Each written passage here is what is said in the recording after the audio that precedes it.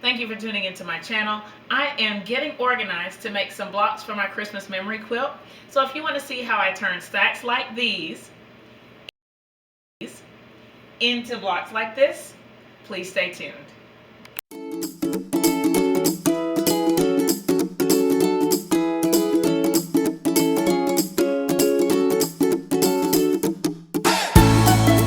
I'm very excited about the progress that I'm making on this Christmas memory quilt. In case you haven't been following me on this journey, a person gave me 16 shirts to make a quilt, a memory quilt for her grandmother, and I have started that process. I've been cutting up shirts for quite a while. I have already made 4 special blocks. These are blocks that were that the owner felt like were special shirts, and I wanted to kind of highlight them in the quilt. So here's another one, and then there are 2 more under this that are where I've just kind of framed out a small part of the shirt. And for the rest of the shirts, what I decided to do is create a quilt block. This is the woven cross block. I've shown it in my beginner sampler quilt, and I got the inspiration from a book called Block a Day by Lucinda Ganderton. And so I will link the playlist for the beginner sampler quilt in the description box, and it has more information about that book. And behind me I have some of the blocks that I've already made for this quilt. I have 4 blocks here that I've made out of these shirts, and then I have a 5th one here that's on the machine that I'm working on right now. I have cut out all the blocks for the shirts. So what I'm going to do now is show you how I'm going to get organized. I was not going to, I was going to kind of improvise for this section, but then I watched the Tiffany's Quilting Live video for where she makes all of the blocks really quickly. And so I think I'm going to take that method that she used. I'll link her video as well, and I'll put a link to her channel so that you can check her out. When I first saw that video, I was like, there is no way that I would ever do that. But once I show you all of my cut pieces, I can talk a little bit more about why I'm choosing to do her way to kind of pre-organize everything before I start sewing.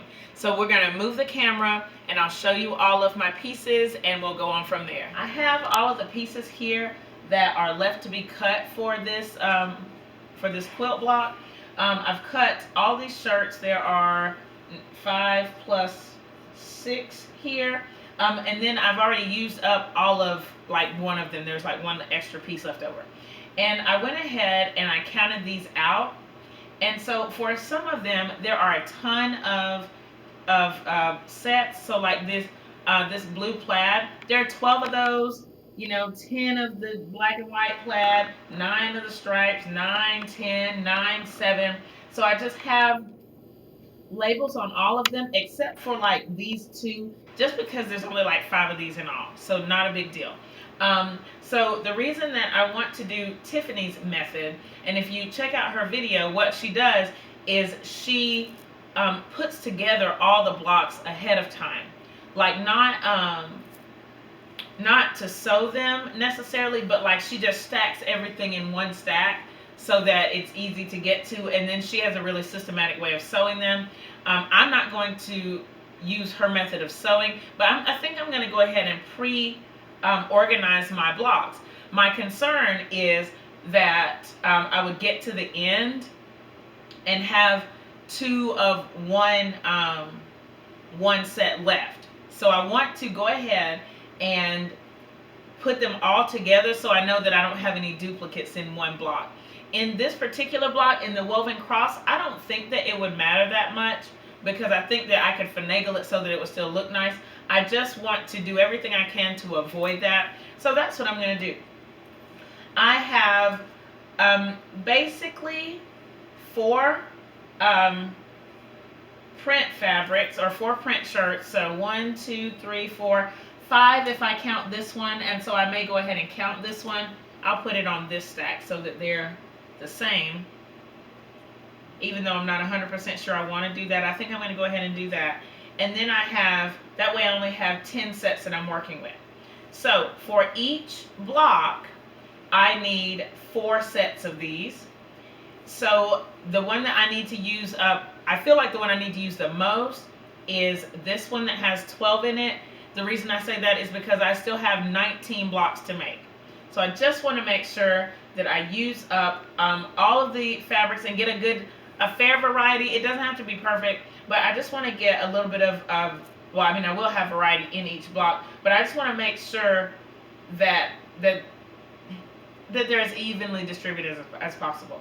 Okay, that might not matter as much once I get all the blocks made, but for right now, it's just a preliminary thing. So I think my first goal is I'm going to make one that has 4 prints in it. Okay. By the way, I also have my red and black. These are going to be my cornerstones for the quilt, and I have those separate here. The only thing is that there's some of these that I can't use together because they need different cornerstones. But maybe I'll show you that if I get a chance to. All right, so the blocks that I've made, I've used only one of the solid fabrics one of the print fabrics once I started doing the solids. But once I counted everything, I was like, nope, that's not going to work. So I'm just going to pull for the blocks. So the first one, I'm going to pull a 4 prints block. So I'm just going to go down and just pull 4 prints. And what I'm going to do is I'm going to put the square and the rectangle on top of each other like this. Okay, so then I will pull this one and this one because the rectangle is going to go on top of it, and then this one. Okay, right, make sure I have them all. And now that I know the numbers, I'm not really going to stress about the numbers as much. I don't need them. I just have to make sure that I use all the blocks. And then the last one. Okay. All right, and so for the next block, I'm going to try 3 prints and 1 solid, just to see what I get here. And all I'm doing is I'm going to pin these together, and then when I get ready to stitch them, I will add the cornerstones. For the black and white, any block that has the black and white, I'm going to make sure I have the red cornerstones. And then these particular blocks, since they are red, I have to make sure I have black cornerstones for those. The rest of them, it doesn't matter. Okay, so here's one. Now I only have 18 blocks to go, so now I'm going to try 3 solids and 3 print and 1 solid. And since this blue plaid has 12, I'm just going to pull from this one every single time if I can, because I just feel like I need to do that. Wait, I'm going to pull this one. Well, actually, it doesn't matter. Okay, so here's 2, then 3,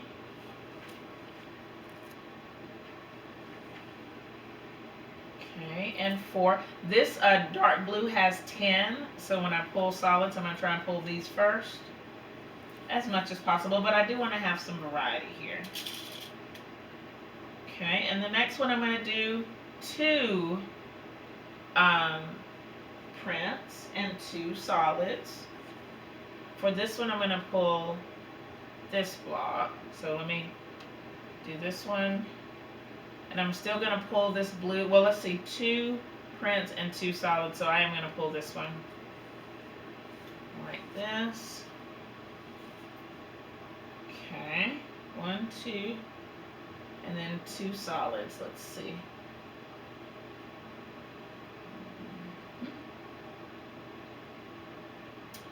Okay, and this one,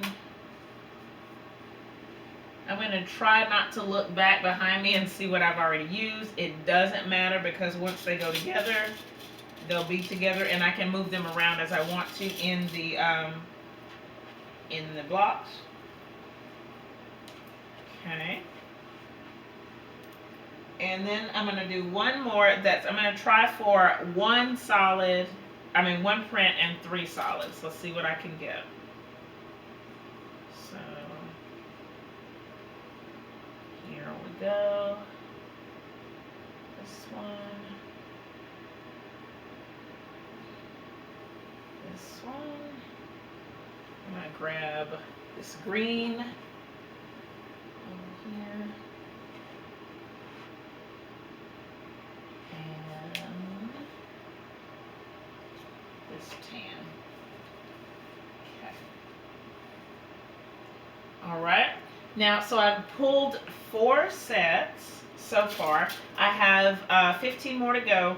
For the next part of the video, I'm going to let you see me do this whole set or do this whole thing, but I am going to speed up the video so that hopefully it's not as boring. But I want you to be a part of this process with me. I'm not sure how it's going to end up, but I'm excited to just get everything organized. So we're going to speed up the video here, and then I'll come back.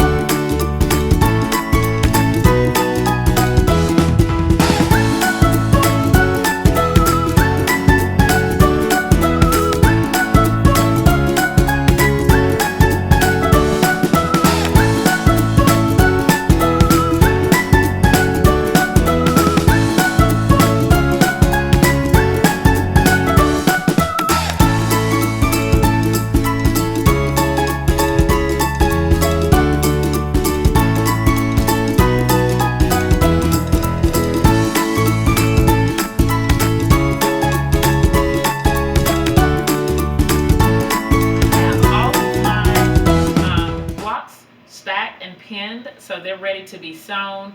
I did my math wrong. I thought I only had 24 extra blocks to sew, but I have 26 extras.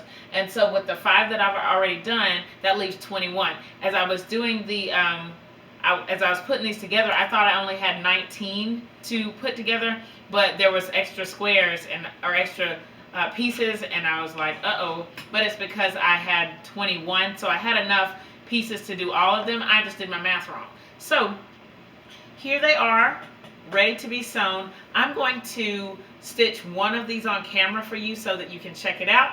Let me go ahead and lay it out, and then we'll talk about it. I'm going to go ahead and sew one of these on camera. I will continue to link I will still link the original woven cross video in the description, but I want you to see how I put this together. Now I have red cornerstones and black cornerstones, and I want to show you the difference kind of in the blocks. And I went ahead and pulled out, or I put at the top of my stacks, the blocks where the color of the cornerstones matter. So the block that I'm going to start with right now is these colors here, and any block that has this black and white check in it is going to have the red cornerstones, and any block that has red in it is going to have the black cornerstones. So these are at the top of my stacks of blocks, so that as I'm making them, I know to go ahead and pull the correct cornerstone out. I just don't want to be caught at the end in a place where I don't have exactly what I need. So all 4 of these colors, they're all pinned together right now. I'm removing the pin, and I'm going to go ahead and lay the block out.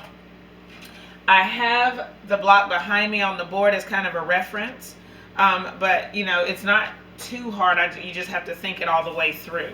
So for this block, the first thing I lay out is always the cornerstones. And like if I have 2 that are the exact same color, like these 2, I always try to put them at opposite sides. so once I have the cornerstones, then I can start laying out each of these squares and rectangles. So this one here, once I lay out the square that goes beside the cornerstone, then the rectangle goes opposite the square. So here, okay, and then it always goes a square and then a rectangle. So I can do this, and then the square opposite the rectangle. And here you can see that there's a spot for a rectangle here, and then a spot for a square. So I don't even have to really worry about those because the placement is fairly simple. And it, okay, so like this. Now I am going to do chain piecing for this, and so as I stitch, I cut something off so that I can put it back in place. I don't want to get these mixed up because it could be kind of a disaster if that happens. But as long as I remember that I have the 4 red cornerstones, I can usually orient myself back into it. So the first thing that I'm going to do is sew all of the squares, and I typically go counterclockwise. This is kind of upside down for you, but this is the way that I'm going to sew it. I always start here in the top left and then go around, around, and around. So I'm going to sew the 4 sets of squares, and then I'll come back and show you what I do next. I have my squares all sewn together. The last set of squares that goes right here is actually still on the machine. I'm going to go ahead and go to the next step, and then I'll be able to pull this one out. For the pressing for this one, since I had to think about both sets of cornerstones, I wanted to make sure that I have a way to do it so that they can still nest. So I'm going to press toward the black cornerstones when I stitch those, but away from the red. So for all of these, the squares, the seam allowances for these squares are pressed toward that other fabric, not towards the red. Now since I have the squares all done, now I can pair each set of squares with the rectangle that's next to it. Again, I'm going to start in the top left and go clockwise until I have all 4 of these stitched. I have the squares sewn to the rectangle next to them for each one of these. Again, the last one is here on the machine because it's waiting on the next chain to come through. And what I've decided to do is for all of these blocks, I've pressed towards the rectangle because that seems to be where those seam allowances want to go. Now all I have to do is flip left to right here, and I'm going to stitch this side and then this side, and then it'll be ready to put the whole thing together. I have 4 blocks on the wall here so that you can see what they're going to look like as they come together. This is the one that I just added, and you can see that there are the red cornerstones and the black cornerstones, and my hope is that when they come together you get this cool little red and black 4 patch, and I think that'll be a nice secondary pattern that can continue throughout the quilt. There will be some special blocks sprinkled in there, but for the majority of the blocks, they're going to come together and create this 4 patch. So I'm really excited about how these blocks look. They are not too complicated to put together, as long as I remember to let the seams go whichever way they want to go. Again, for these blocks, I am pressing the squares. I'm pressing towards the black. So all of these squares are pressed toward the black, and then for the red, I'm pressing away from the red. So when these come together, they should nest. This is a great project. I'm enjoying the way it's coming together, and I can't wait to see everything finished. At this point, I think I still have to make 21 blocks, or let me see, maybe just 20 blocks now. But now that I have all the stacks ready to go, I feel like I won't have that much decision fatigue, and I can just sew and sew and sew. If you have any questions about what you've seen in this video, please leave them in the comments below. Thumbs up this video, share it with your friends, and subscribe if you haven't already. Thank you so much for watching, and I'll see you next time. Bye!